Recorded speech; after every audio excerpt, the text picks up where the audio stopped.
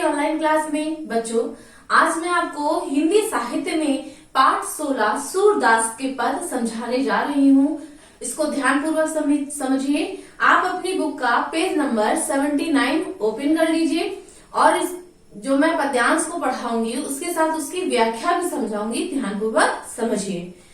बच्चों, सूरदास के पद जो है उन्होंने भगवान श्री कृष्ण को लेकर के लिखे हैं।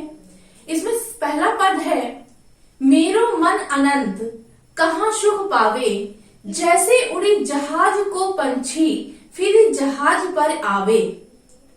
तो किसी भी पद्यांश की व्याख्या करने से पहले हम उस पद्यांश से संबंधित संदर्भ संकेत लिखते हैं, फिर संदर्भ लिखते हैं, प्रसंग लिखते हैं और उसके बाद व्याख्या। तो संकेत में आप डालेंगे मेरो से लेकर के कौन दुहावे तक, और संदर्भ इसका होगा कि प्रस्तुत पद्यांश हमारी पाठ्य पुस्तक हिंदी परधि पाठ 16 सूरदास के पद से लिया गया है। इसके रचयिता सूरदास जी हैं। इसके बाद प्रसंग में लिखेंगे कि प्रस्तुत पद्यांश में बताया जा रहा है कि किस प्रकार से सूरदास जी कह रहे हैं कि मेरो मन अनंत कहाँ सुख पावे, अर्थात हमारा मन कहाँ सुख पाएगा, अर्थात भगवान के ही चरणों में पाएगा। इस प्रकार से इस पद्यांश का वर्णन किया जा रहा है। अब इसके बाद है बच्चों व्याख्या। मैं पंक्तियों को मैं पढ़ते हुए उसका अनुवाद आपको बताती जाऊंगी, अर्थात उसकी मैं व्याख्या समझाऊंगी। सबसे पहला पद्यांश है, मेरो मन अनंत कहाँ सुख पावे। सूरदास जी क्या कहते हैं कि मेरा मन जो है वह इस प्रकार से अनंत दुविधाओं में फंसा हुआ है कि वह सुख और कहां से पाएगा। जैसे उड़ी जहाज को पंछी फिर जहाज को आवे। वह कह रहे हैं कि मेरे मन में तो भगवान की प्रतिमा बसी हुई है, उनको छोड़ करके मैं कहाँ जाऊं, अर्थात मैं पुनः उन्हीं के श्री चरणों में आ जाता हूँ। जिस प्रकार से पंछी एक अगर जहाज पे उसका आवास है, अर्थात जहाँ पर वो उसका बसेरा है, वो वहां से उड़ जाता है और पुनः घूमकर फिर वहीं पर आता है, उसी तरीके से सूरदास जी अपने मन को बता रहे हैं। इसके बाद कमल नैन को छाड़ी महात्म और देव को ध्यावे। क्या कहते हैं, कमल नयन को छाड़ी। कमल नयन किसे कहा जाता है, भगवान श्री कृष्ण को, क्योंकि उनके नेत्र किसके समान है, कमल के समान। तो क्या कह रहे हैं, कमल नयन को छाड़ी महात्म और देव को ध्यावे, अर्थात हम भगवान श्री कृष्ण के चरणों को छोड़ करके, अर्थात उनकी हम जो आराधना कर रहे हैं उनको छोड़ करके किसी और देवता को हम कैसे ध्यान कर सकते हैं। परम गंग को छाड़ी प्यासो द्रुमति कूप खनावे।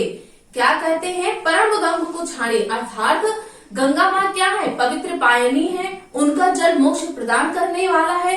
उनको छोड़ करके अगर दुर्मति कूप खनावे, अगर बुद्धि उसकी बेकार ही हो गई हो, कहते हैं ना कुबुद्धि हो जाना। जब विनाशकारी विपरीत बुद्धि, ऐसा आपने सुना होगा कि अगर व्यक्ति की बुद्धि विनाश की ओर जाती है तो वह अच्छी चीज को छोड़ करके या सुमार्ग को छोड़ करके कुमार्ग की ओर पथगम हो जाता है, अर्थात आगे बढ़ जाता है। तो इसमें क्या कह रहे हैं, परम गंग को छाड़ी प्यासो द्रुमति कूप खनावे। अगर कोई व्यक्ति प्यासा है और गंगा माँ के जल को छोड़ करके वह कुएं को बनाने चला जाए तो उससे बड़ा मूर्ख कोई नहीं होगा।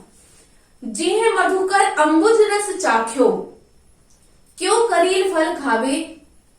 अब आपने सुना होगा कि कह रहे हैं कि जी मधुकर, जो मधुकर का होता है रस पीने वाला, अर्थात जिसको फल की इच्छा है और रस का रस पीता है, जानता है, तो जो जय मधुकर अम्बुज रस चाख्यो।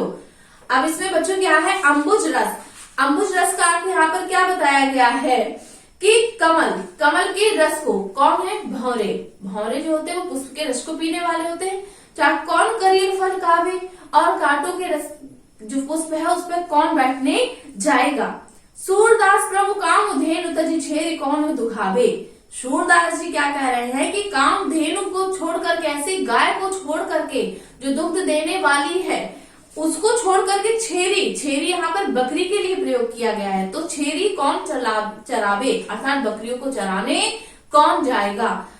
इस पद्यांश में क्या है, सूरदास जी भगवान श्री चरणों की जो उनकी उपमा है वह उनके कार्यों से ना दे करके उनकी परमात्मा रूपी जो छवि उनके अंदर बसी हुई है, क्योंकि भगवान श्री कृष्ण तो परमात्मा है ही, लेकिन वह उनके सिवा किसी और को ना चाहने की इच्छा कर रहे हैं।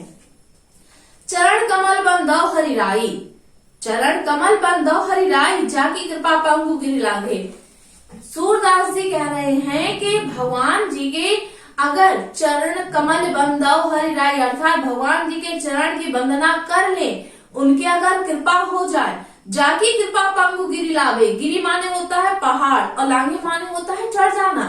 अगर भगवान हरि की कृपा हो जाए तो लंगड़ा व्यक्ति भी, पंगु माने लंगड़ा व्यक्ति भी पहाड़ पे चढ़ सकता है। किसकी कृपा से? हरि की कृपा से। अंधे को सब कुछ दर्शाई, जो व्यक्ति अंधा है, दर्शाई माने होता है इसका अर्थ होता है दिखाई देना। अगर व्यक्ति उसे आंखों से दिखाई नहीं देता, अंधकार का जीवन व्यतीत कर रहा है और हरि की कृपा हो जाती है, तो वह व्यक्ति उन जो उसके नेत्र जो कुछ नहीं देख पा रहे थे, उनसे वह पूरे संसार को देखने लगता है। किसकी कृपा से बच्चों? भगवान हरि की कृपा से। बहिरो सुने मूक पुनि बोले, और कहते हैं भगवान के चरणों की ऐसी कृपा है, अगर किसी पे हो जाती है तो बहिरो, जिसको सुनाई नहीं देता है उसे क्या कहते हैं? बहिरो। बहिरो सुने मूक पुनि बोले, मूक माने होता है जो बोल नहीं पाते। कहते हैं क्या मूक बाधिर की तरह बैठे हो, अर्थात मूक माने ना बोलने वाला, बाधिर माने सुनने ना वाला। अर्थात जो व्यक्ति गूंगा होता है वो बोलने लगता है और बहरा उनकी कृपा से सुनने लगता है। रंग चले सिर छत्र धराई, रंग माने होता है गरीब और सिर छत्र धराई अर्थात गरीब व्यक्ति भी धनवान राजा बन जाता है। अगर हरि की कृपा हो तो मूक व्यक्ति बोलने लगता है, कानों से सुनने लगता है और गरीब व्यक्ति भी धनवान राजा की तरह बन जाता है। सूरदास स्वामी करुणामय बार बार बंदौ तहि पाई। सूरदास जी कहते हैं कि हे करुणामय भगवान श्री कृष्ण, मैं आपकी बार बार वंदना करता हूँ, आपके चरणों की मैं बार बार नमन करता हूँ। बच्चों इसको एक बार पुनः समझ लीजिए इस व्याख्या को। पहला पद्यांश था कि मेरे मन अनंत कहाँ सुख पावे, जैसे उड़ी जहाज को पंछी फिर जहाज पर आवे। सूरदास इस पंक्तियों में क्या व्यक्त कर रहे हैं कि मेरा मन अनंत कहाँ सुख पावे, मेरा मन जो है वह कहीं और सुख पा नहीं सकता, अर्थात भगवान हरि के ही चरणों में सुख पा सकता है। जैसे उड़ी जहाज को पंछी फिर जहाज पर आवे, अर्थात जहाँ पर जिस पंछी का अगर जिस जहाज पर उसका बसेरा है, जहाँ पर उसका घोंसला है रहता है, तो वह अगर उड़ जाता है तो पुनः घूम कर वह फिर वहीं पर आ जाता है। उसी प्रकार से मेरा मन भी सब जगह घूम कर भी हरि के चरणों में ही लगता है। कमल नयन को छाड़ी महात्म और देव को ध्यावे। सूरदास जी कह रहे हैं कि भगवान श्री कृष्ण के चरणों को छोड़ करके मेरा मन किसी और देव को ध्यान नहीं सकता, अर्थात किसी और देव की वंदना नहीं कर सकता हूँ। मेरे लिए तो वही सर्वोपरि है। परम गंग को छाड़ी प्यासो दुर्मति कूप खनावे। कह रहे हैं कि अगर प्यासा व्यक्ति गंगा माँ का जल को छोड़ करके कुएं का पानी लेने के लिए जाता है तो उस व्यक्ति से मूर्ख व्यक्ति कोई और नहीं होता। जी मधुकर अंबूर चाख्यो क्यों करील फल खावे। कहते हैं कि जिसने अगर अंबु माने कमल के लिए कहा गया, अगर कोई उसका फल का मतलब पुष्प का रस पीता है और तो वह करील में कांटों की ओर क्यों अग्रसर होगा, अर्थात वह नहीं बढ़ेगा। सूरदास प्रभु कामधेनु तरी छेरी कौन दुहावे। कहते हैं सूरदास जी कि अगर किसी के पास कामधेनु गाय है तो उसको छोड़ करके कौन, छेरी माने बकरी को, कामधेनु गाय को छोड़ करके बकरी को चराकर दोहने के लिए कौन आगे बढ़ेगा, अर्थात मेरा मन तो हरि के चरणों में ही अर्पित है। दूसरा पद्यांश है बच्चों, इसकी पुनः व्याख्या समझ लीजिए के चरण कमल बंदौ हरि राई, जाकी कृपा पाकु गिरि लांघे, अंधे को सब कुछ दर्शाई। क्या कह रहे हैं सूरदास जी इन पंक्तियों में?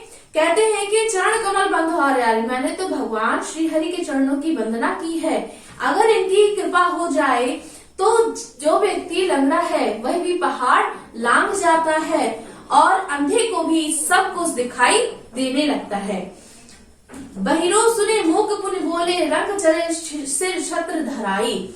और सूरदास जी कह रहे हैं कि अगर भगवान श्री हरि की कृपा हो जाए तो बहरा व्यक्ति सुनने लगता है और गूंगा व्यक्ति बोलने लगता है। रंग जले सिर छत्र धराई। और जो व्यक्ति गरीब होता है वह व्यक्ति अमीर बन जाता है और राजा की भांति वह छत्र धारण कर लेता है। सूरदास स्वामी करुणामय बार बार बंदो तही पाई। सूरदास जी कहते हैं, हे प्रभु, हे स्वामी, हे करुणामय, हे परमात्मा, मैं आपके चरणों की वंदना बार बार करता हूँ। आपके चरणों में मैं अपना शीश नवाता हूँ और आपकी करुणामयी जो कलाएं हैं उनको मैं सत सत नमन करता हूँ। तो बच्चों, ये चैप्टर में जो सूरदास के पद हैं इसमें 2 पद दिए गए हैं जिनकी व्याख्या आज आपने समझी।